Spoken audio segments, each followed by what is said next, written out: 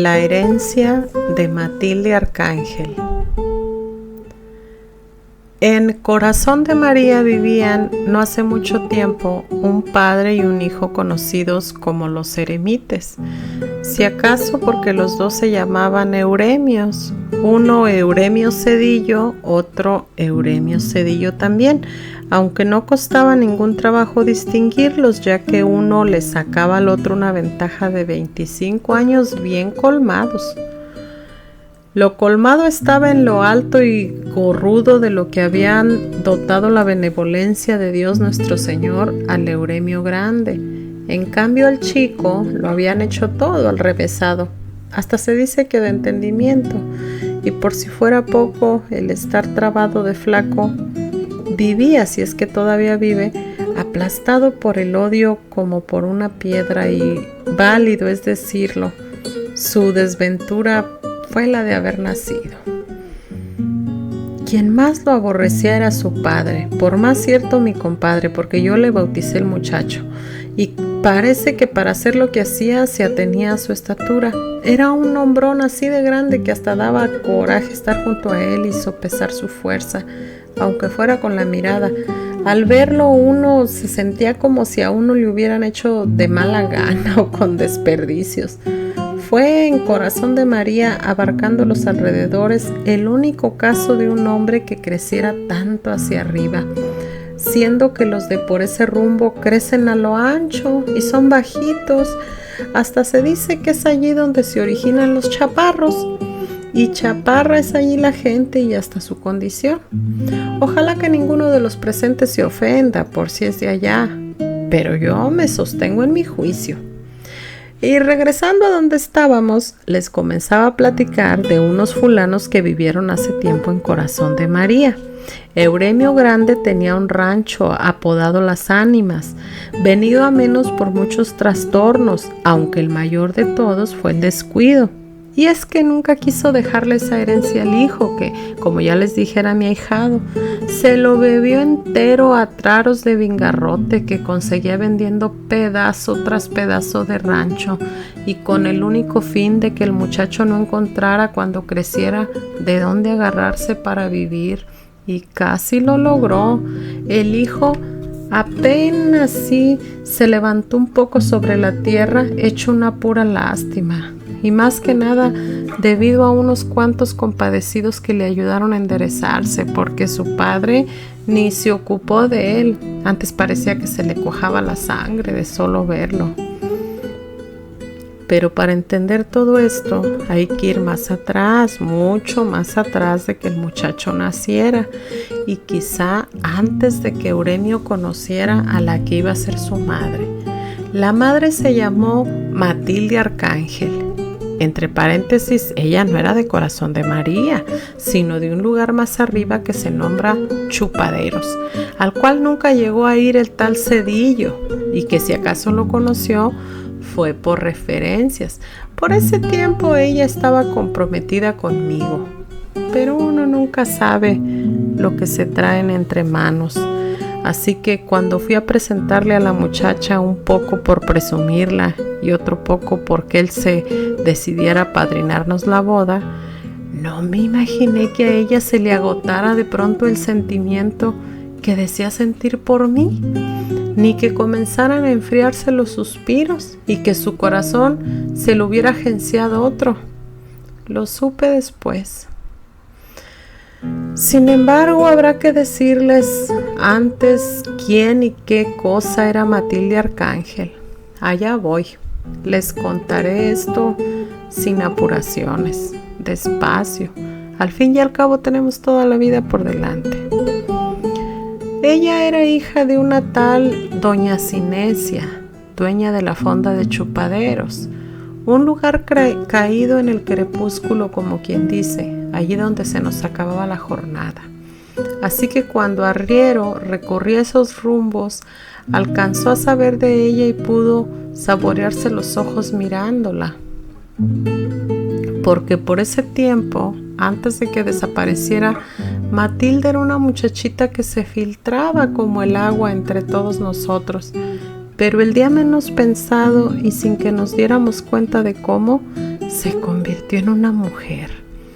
Le brotó una mirada de semisueño que escarbaba clavándose dentro de uno como un clavo que cuesta trabajo desclavar, y luego se le reventó la boca como si se la hubieran desflorado a besos. Se puso bonita la muchacha, lo que sea de cada quien. Está bien que uno no esté para merecer, ustedes saben, uno es arriero por puro gusto, por platicar con uno mismo mientras se anda en los caminos. Pero los caminos de ella eran más largos que todos los caminos que yo había andado en mi vida, y hasta se me ocurrió que nunca terminaría de quererla. Pero total, se la apropió el Euremio. Al volver de uno de mis recorridos, supe que ya estaba casada con el dueño de las ánimas. Pensé que la había arrastrado la codicia y tal vez lo grande del hombre. Justificaciones nunca me faltaron. Lo que me dolió aquí en el estómago, que es donde duelen los pesares, fue que se hubiera olvidado de ese atajo de pobres diablos que íbamos a verla y nos guarecíamos en el calor de su mirada. Sobre todo de mí, Tranquilino Herrera, servidor de ustedes, y con quien ella se comprometió de abrazo y beso y toda la cosa. Aunque viéndolo bien, en condiciones de hambre cualquier animal se sale del corral, y ella no estaba muy bien alimentada, que digamos, en parte porque a veces éramos tantos que no alcanzaba la ración, en parte porque siempre estaba dispuesta a quitarse el bocado de la boca para que nosotros comiéramos. Después se engordó, tuvo un hijo, luego murió, la mató un caballo desbocado. Veníamos de bautizar a la criatura, ella lo traía en sus brazos. No podría yo contarles los detalles porque ¿cómo se desbocó el caballo? Pues yo venía mero adelante, solo me acuerdo que era un animal rosillo. Pasó junto a nosotros como una nube gris, y más que caballo fue el aire del caballo el que nos tocó ver. Solitario, ya casi embarrado a la tierra, la Matilde Arcángel se había quedado atrás, sembrada no muy lejos de allí, y con la cara metida en un charco de agua, aquella carita que tanto quisimos tantos, ahora casi hundida, como si estuviera enjuagando la sangre que brotaba como manadero de su cuerpo todavía palpitante. Pero ya para entonces no era de nosotros, era propiedad de Euremio Cedillo, el único que había trabajado como suya. Y vaya si era chula la Matilde, y más que trabajado, se había metido dentro de ella, mucho más allá de las orillas de la carne, hasta el alcance de hacerle nacer un hijo. Así que a mí por ese tiempo ya no me quedaba de ella más que la sombra, o si acaso una brizna de recuerdo. Con todo, no me resigné a no verla. Me acomedí a bautizarles el muchacho con tal de seguir cerca de ella, aunque fuera nomás en calidad de compadre. Por eso es que todavía siento pesar junto a mí pasar ese aire que apagó la llamarada de su vida, como si ahora estuviera soplando, como si siguiera soplando contra uno. A mí me tocó cerrarle los ojos llenos de agua y enderezarle la boca torcida por la angustia, esa ansia que le entró y que seguramente le fue creciendo durante la carrera embrocada sobre su hijo. Su carne ya estaba comenzando a secarse, convirtiéndose en desgracia. Tenía la mirada abierta, puesta en el niño. Ya les dije que estaba empapada en agua, no en lágrimas, sino del agua puerca del charco lodoso donde cayó su cara. Y parecía haber muerto contenta de no haber apachurrado a su hijo en la caída, ya que se le traslucía la alegría en los ojos. Como les dije antes, a mí me tocó cerrar aquella mirada, todavía acariciadora como cuando estaba viva. La enterramos aquella boca a la que tan difícil fue llegar, se fue llenando de tierra. Vimos cómo desaparecía toda ella sumida en la hondonada de la fosa, hasta no volver a ver su forma. Y allí parado como horcón, Euremio Cedillo, y yo pensando, si la hubiera dejado tranquila en Chupaderos, quizá todavía estuviera viva. Todavía viviría, se puso a decir él, si el muchacho no hubiera tenido la culpa. Y contaba que el niño se le había ocurrido dar un berrido como de tecolote cuando el caballo en que venían era muy asustón. Él se lo advirtió a la madre muy bien, como para convencerla de que no dejara berrear al muchacho. Y también decía que ella podía haberse defendido al caer, pero que hizo todo lo contrario, se hizo arco dejándole un hueco al hijo como para no aplastarlo. Así que, contando unas con otras, todo era culpa del muchacho. Da unos berridos que hasta uno se espanta, y ya para qué voy a quererlo, él de nada me sirve. La otra podía haberme dado más y todos los hijos que yo quisiera, pero este no me dejó ni siquiera saborearla. Y así se soltaba diciendo cosas y más cosas, de modo que uno ya no sabía si era pena o coraje el que sentía por la muerta. Lo que sí se supo siempre fue el odio que le tuvo al hijo. Y era de eso de lo que yo le estaba platicando desde el principio. El Euremio se dio a la bebida. Comenzó a cambiar pedazos de sus tierras por botellas de vingarrote. Después lo compraba hasta por barricas. A mí me tocó una vez fletear toda una recua con puras barricas de vingarrote consignadas al Euremio. Allí entregó todo su esfuerzo, en eso y en golpear a mi ahijado hasta que se le cansaba el brazo. Ya para esto habían pasado muchos años. Euremio chico creció a pesar de todo, apoyado en la piedad de unas cuantas almas, casi por el puro aliento que trajo desde al nacer. Todos los días amanecía aplastado por el padre, que lo consideraba un cobarde y un asesino, y si no quiso matarlo, al menos procuró que muriera de hambre para olvidarse de su existencia. Pero vivió. En cambio, el padre iba para abajo con la más pesada carga que puede soportar el hombre. Así, aunque siguió manteniendo sus rencores, se le fue mermando el odio hasta convertir sus dos vidas en una viva soledad. Yo los procuraba poco. Supe porque me lo contaron que mi ahijado tocaba la flauta mientras su padre dormía la borrachera. No se hablaban ni se miraban, pero aún después de anochecer se oía en todo Corazón de María la música de la flauta, y a veces se seguía oyendo mucho más allá de la medianoche.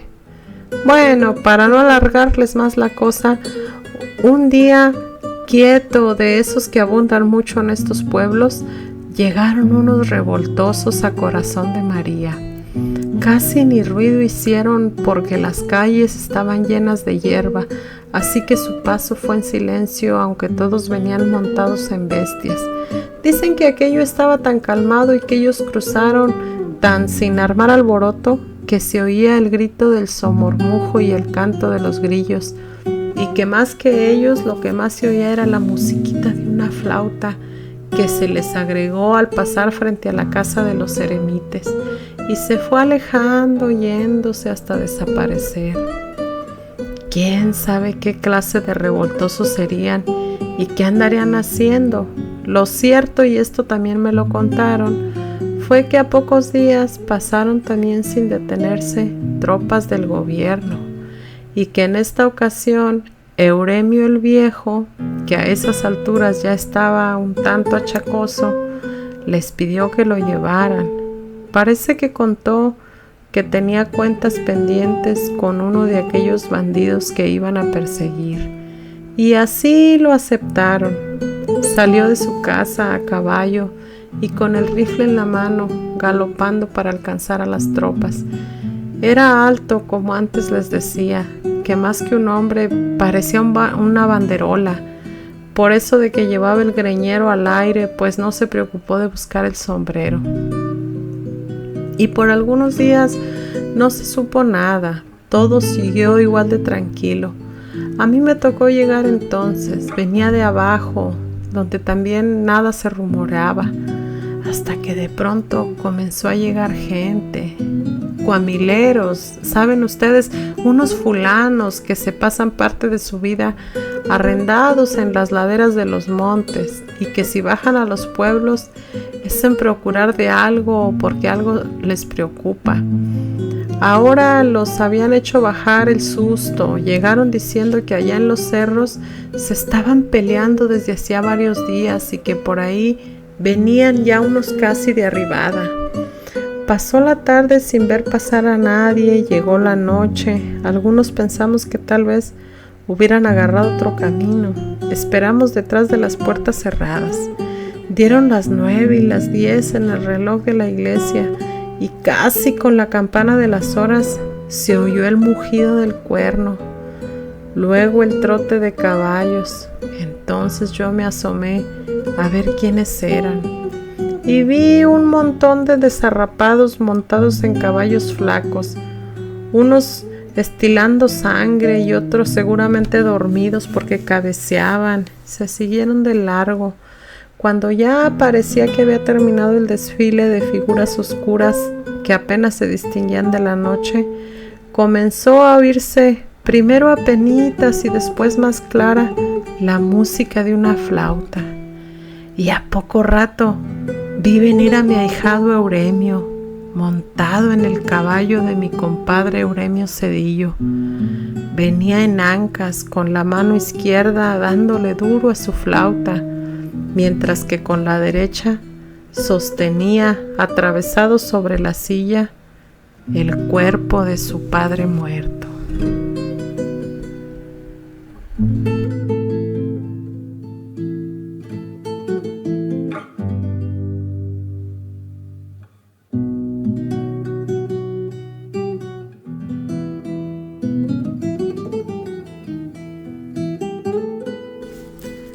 Este precioso cuento, La herencia de Matilde Arcángel, me gusta mucho porque habla de todas las historias de dolor que los hombres viven en una zona rural y que no tienen manera de compartirlos.